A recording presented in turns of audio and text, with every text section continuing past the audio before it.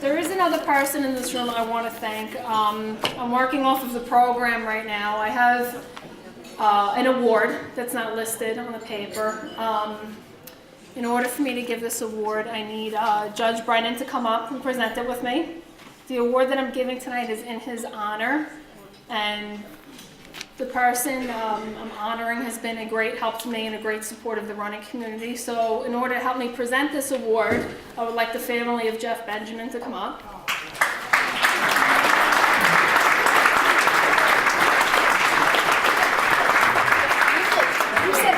You're getting roasted again. Okay. Hi, everyone.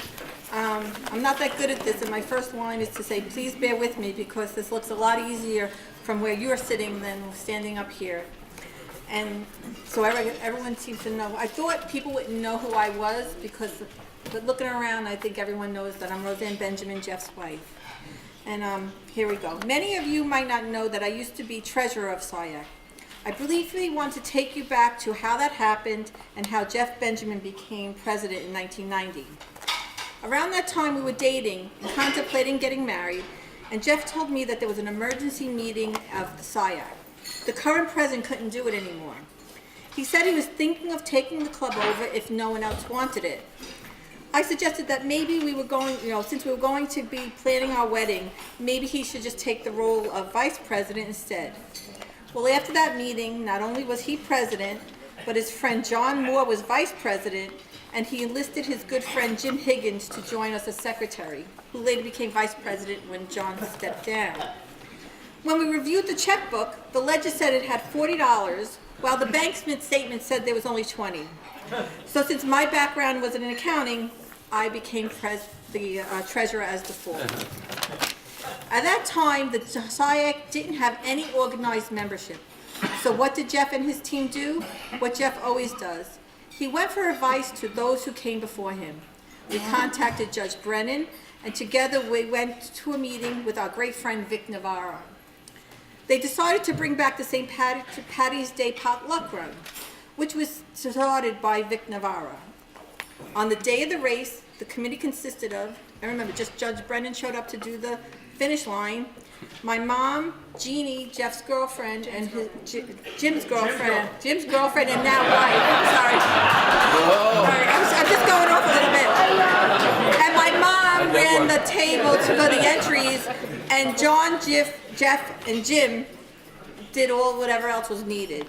The race was a great success, and we received a great response.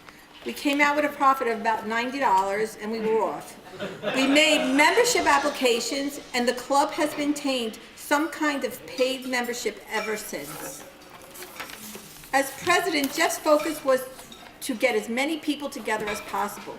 Besides bringing back the potluck run, we put on the Twilight Mile races and the Fun Run Championship to honor Vinnie Hutton and Kurt Steiner. Jim Higgins' drawing is still used as the logo of that race.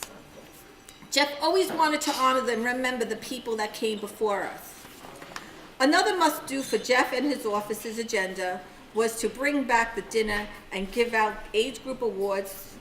He made sure all the young runners received an award as well, and you all know how that turned out, because we're here again. At our first dinner, we had Abel Kiviat. He was a silver medalist in the 1912 Olympics and a Staten Islander. Jeff and his mom, Audrey, who's not with us today because she's ill, drove all the way down to New Jersey to pick up Abel. And then Jeff and Jim, I believe, took him home. Jeff always wanted to have special guests at the dinners. So at subsequent dinners, we recruited Frank Shorter, Bill Rogers, Tom Fleming, Catherine Twitter, Jim Ryan, and Steve Scott, to name a few. Jeff knew it was important to bring these world-renowned runners to Staten Island, and he hasn't stopped doing that. Tonight continues the tradition, as there are 6 Olympians in the room.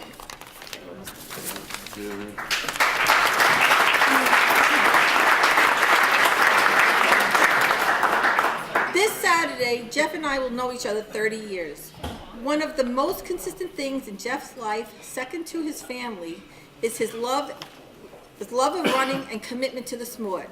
Just the other day, he was describing someone to me, and Jeff's words were, "He's a running junkie just like me." Okay, so not just addicted to his own personal running regime, Jeff is addicted to promoting the sport on Staten Island, as seen by his many continuous efforts in putting on races to support the Brighton Kiwanis and Staten Island track and field organizations. Many people have kept the SIAC going throughout the years after Jeff stepped down as president, and Jeff didn't do it alone. He always had great friends who also worked hard and contributed many things. But as I like to look back, I like to think of Jeff's role in this as the person when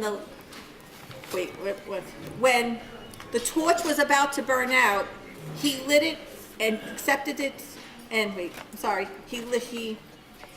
lit it and accepted the path to him and ran with it. Okay, so my daughter Amanda just wants to say something. Okay. Hi, I'm Amanda Rose and I'm Jeff's daughter. My mom, sister, grandparents, and I are immensely proud of all my dad has done for the SIAC and Staten Island running community and are pleased to present him with the Judge Michael Brennan Service Award this evening. We love you, Dad.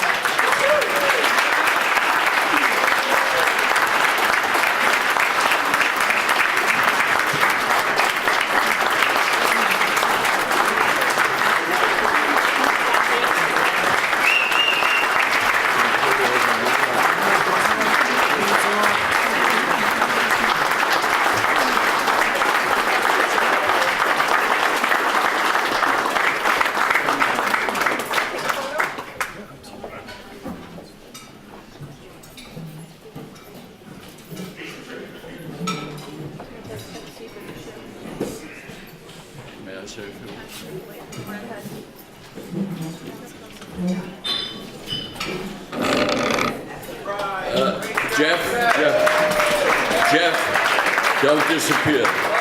Stay up here for a second. Walk before the judge.